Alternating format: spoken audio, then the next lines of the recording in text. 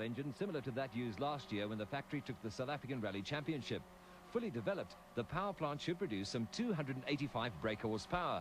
The gearbox is a 6-speed cross-track unit with sequential shift, with disc brakes all round. We're spoilt with the large horsepowers of the Audis, and we're down now to probably less than half that power.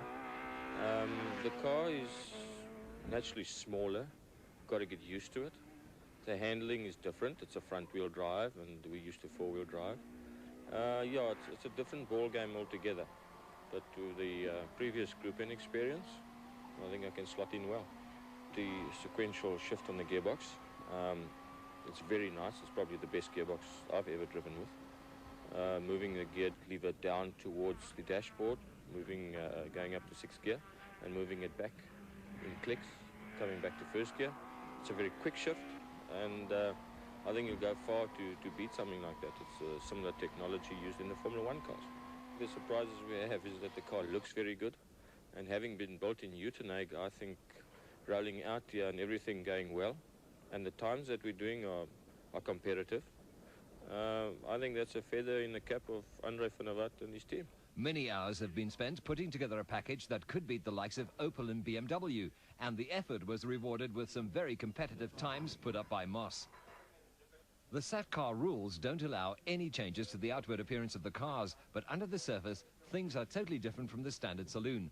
Brakes are 350mm ventilated discs with twin-pot calipers in the front and 280mm solid discs in the rear. A Bosch Motronic engine management and fuel injection system is used to extract more horses from the engine. After Terry Moss's successful initial test session, the car was ready for Chris Aberdeen. This is the first time the car had been driven in anger, and several minor adjustments had to be made. The suspension system consists of McPherson struts with Coney shock absorbers in the front and a lightweight swing axle setup in the rear. Aberdeen and Moss have been the team to beat in the Westbank Modified Touring Car Championship this year, and they would dearly like to be in the same position in the Stanek SAT-car series next year.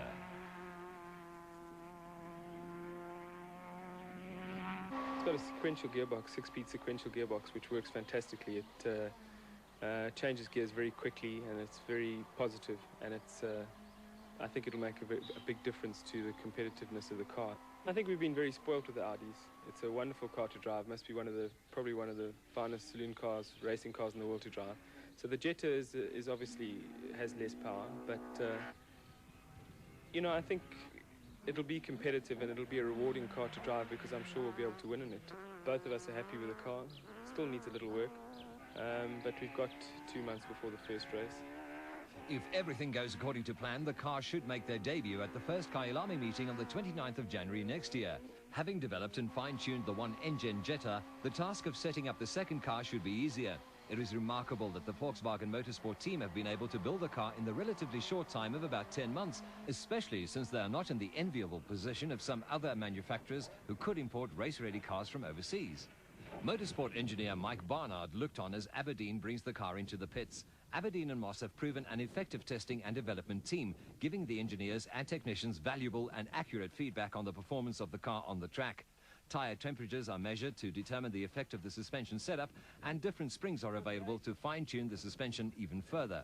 It is a known fact that races are won or lost through the way in which a racing car handles through the corners, and lots of time is spent on perfecting suspension settings. For a locally produced car, I think what we have seen today and previous little test sessions we've had, we've got a great car with a great future. And Terry Moss throws down the gauntlet. For the Opels, I think after all our testing towards the end of this year, I think Briggsy and his mate there will have to sort of watch the mirrors. He'll either be passing, and I'm sure there'll be lots of room to pass.